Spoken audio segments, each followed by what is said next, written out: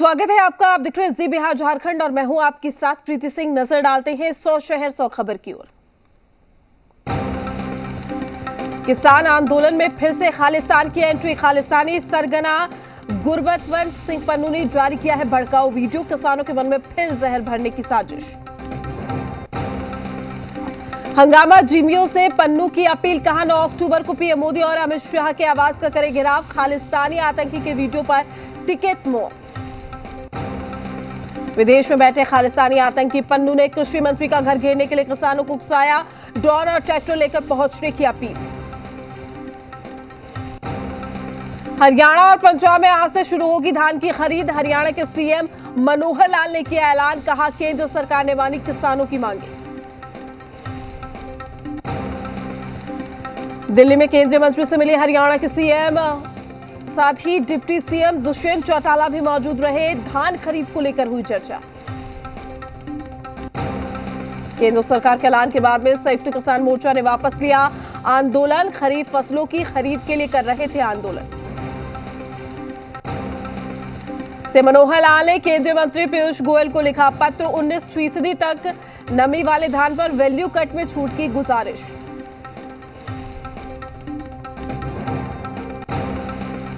दिल्ली के सीएम अरविंद केजरीवाल ने किसानों के मुद्दे पर केंद्र को घेरा। कहा पंजाब के किसान परेशान। केंद्र ने धान की खरीद को 10 दिन तक टाल दिया है। एक मैगजीन में दिए इंटरव्यू में पीएम मोदी ने विपक्ष पर साधा निशाना। कृषि कानूनों के विरोध को बताया राजनीतिक धोखाधड़ी। इंटरव्यू के दौरान पीएम ने कहा कई दौर की बातचीत के बावजूद नहीं सामने आया कोई खास बिंदु, फिर भी बातचीत को तैयार है सरकार। सेंट्रल विस्टा को लेकर भी पीएम मोदी का विपक्ष पर निशाना। कहा विपक्ष नई संसद को लेकर पहले वकालत करता रहा, अब विरोध कितना सही। ममता बनर्जी की किस्मत का फैसला आज। भवानीपुर उपचुनाव के नतीजों का होगा ऐलान। बंगाल की 3 विधानसभा सीटों पर 30 सितंबर को डाले गए थे वोट। मुख्यमंत्री की कुर्सी पर बने रहने के लिए ममता का भवानीपुर से जीतना जरूरी। टीएमसी ने यहां से ममता के 50,000 वोटों से जीतने का किया है दावा। परंपरागत सीट भवानीपुर छोड़ इस साल के चुनावों में ममता ने नंदीग्राम से लगाया था दाव। बीजेपी के शुभेंदु अधिकारी से मिली थी शिकस्त। आज हारी तो जा सकती है सीएम की कुर्सी। गृहमंत्री अमित शाह ने एनएसजी की सुदर्शन भारत परिक्रमा को हरी झंडी दिखाकर किया रवाना। कहा देश की आंतरिक सुरक्षा हुई है मजबूत। मौके पर गृहमंत्री अमित शाह ने कहा है कि आज भी जय जवान जय किसान का नारा प्रासंगिक। महात्मा गांधी ने अहिंसा से आजादी दिलाई। इलेक्शन कमीशन ने जेपी का चुनाव चिन्ह किया जब्त। अब नए चुनाव चिन्ह के लिए करना होगा आवेदन। चिराग और पशुपति बारिश में विवाद के चलते बंगले वाला सिंबल सीज। जी मीडिया पर महंत परमाहंस का यू टर्न। जो समाधि से की तौबा। कहा मैंने समाधि लेने का फैसला वापस लिया। जी मीडिया पर महंत परमाहंस का बयान। कहा हिंदू संगठन की अपील के बाद टाली है जल समाधि। जन भावनाओं का दिया हवाला। हिंदू राष्ट्र के लिए जारी रहेगा परमाहंस का आंदोलन। कहा 7 नवंबर 2023 से दिल्ली के रामलीला मैदान पर शुरू करूंगा अनशन। शनिवार को अयोध्या में दिन भर चलता रहा महंत परमाहंस का ड्रामा। सुबह 11 बजे सरयू नदी में जल समाधि लेने का था संकल्प। देश को हिंदू राष्ट्र बनाने की मांग। जम्मू कश्मीर के अनंतनाग में असामाजिक तत्वों की करतूत। माता भर्गशिखा मंदिर को किया क्षतिग्रस्त। मूर्तियों को भी पहुंचाया नुकसान। अनंतनाग में मंदिर तोड़ने के मामले ने पकड़ा तूल। हिंदू संगठन में भारी आक्रोश। कुछ दिनों पहले तक बिल्कुल दुरुस्त था मंदिर। मातन इलाके की पहाड़ियों में है माता भर्गशिखा का दरबार। पीडीपी अध्यक्ष महबूबा मुफ्ती का केंद्र सरकार पर आरोप। कश्मीर की मस्जिदों में नमाज नहीं पढ़ने देने का आरोप। अनुच्छेद 370 हटने के बाद आरएसएस प्रमुख मोहन भागवत का जम्मू कश्मीर दौरा। घाटी में शाखाओं के नए नेटवर्क स्थापित करने पर जोर। प्रबुद्ध संघ सम्मेलन में संघ प्रमुख मोहन भागवत का बयान। कहा देश में कट्टरपंथ और जातिवाद बढ़ा है। अनुच्छेद 370 से व्यवस्था में बदलाव आया। मोहन भागवत ने कहा 370 के खिलाफ श्यामा प्रसाद मुखर्जी ने बलिदान दिया है। हमारे निजी स्वार्थों से ऊपर है राष्ट्र। जम्मू कश्मीर के श्रीनगर में आतंकियों की फायरिंग, हमले में एक नागरिक की मौत, सुरक्षा बलों ने पूरे इलाके को घेरा, सर्च ऑपरेशन जारी। दिल्ली में 9वीं और 11वीं के दाखिले के लिए बढ़ी आवेदन की मियाद, अब 11 अक्टूबर तक ऑफलाइन अप्लाई कर सकेंगे स्टूडेंट्स। अगले हफ्ते फिर से शुरू हो सकती है भारत और चीन के बीच में सैन्य वार्ता, मिलिट्री स्तर पर अब तक 12 दौर की बातचीत हो चुकी। पूर्वी लद्दाख में पेंगोंग झील के पास पिछले साल दोनों देशों के जवानों के बीच में हुई थी झड़प, दोनों सेनाओं के पीछे हटने को लेकर शुरू होगी 13वें दौर की बातचीत। चीन पर सेना प्रमुख जनरल नरवणे का बयान, कहा एलएसी पर हालात सामान्य, चीन के साथ 13वें दौर की बातचीत इसी महीने, पिछले एक साल से बातचीत जारी। सेना प्रमुख जनरल नरवणे ने कहा कि बातचीत से समस्या का समाधान होगा, हर चुनौती का सामना करने को तैयार, एलएसी पर हमने बढ़ाई है तैनाती। एलएसी पर ताकत बढ़ा रहा है भारत, चीन से तनाव के बीच में लद्दाख में तैनात किया गया है K9 ब्रज, दुश्मन का करेगा काम तमाम। पूर्वी लद्दाख के फॉरवर्ड एरिया में भारतीय सेना ने तैनात की तो 50 किलोमीटर तक दुश्मन के ठिकानों पर हमला करने में सक्षम। चमोली के पहाड़ों से नौसेना का ट्रैकिंग दल के 4 जवानों के शव बरामद कर लिए गए हैं, 2 की तलाश जारी है, ट्रैकिंग के दौरान एवलांच की चपेट में आए थे।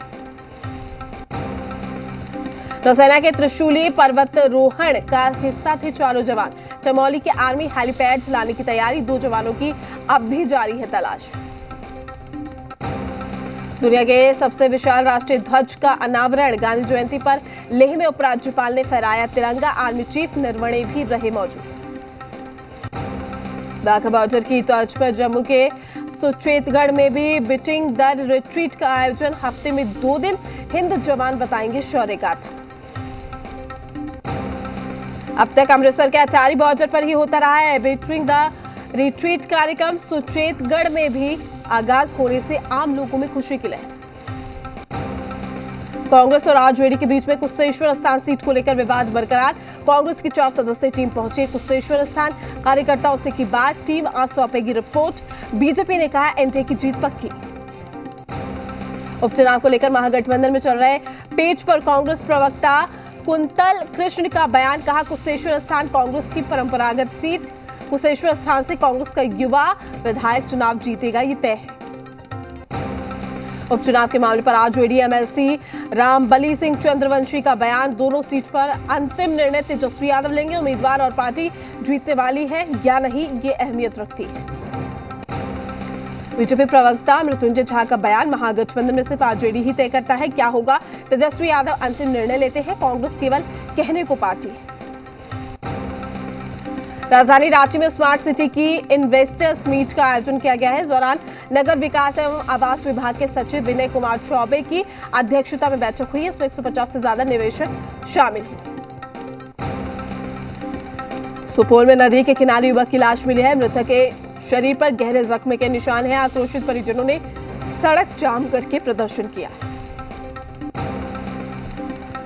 छपरा में पुलिस ने 24 घंटे के अंदर लूटकांड का किया पर्दाफाश, धेनुकी ग्राम के सीएसपी संचालक से लूट का हुआ खुलासा, लूट की राशि भी की गई है बरामद।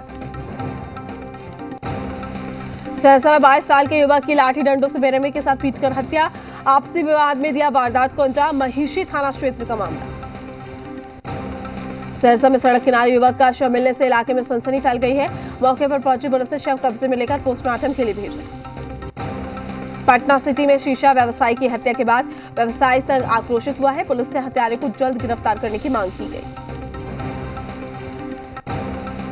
औरंगाबाद में चुनावी रंजिश में हिंसक झड़प हुई है, झड़प में 3 महिला समेत 7 लोग घायल हो गए हैं, मुफस्सिल थाना क्षेत्र का मामला। बेगूसराय में मामूली विवाद में एक युवक की ईंट से पीट-पीट कर हत्या कर दी गई है, साहेबपुर कमाल थाना क्षेत्र का मामला है, पुलिस मामले की जांच में जुटी। मुंगेर में चुनाव परिणाम आने के बाद आपस में भिड़े 2 पक्ष, झड़प में 5 लोग घायल हो गए हैं, पुलिस ने 24 लोगों को गिरफ्तार किया।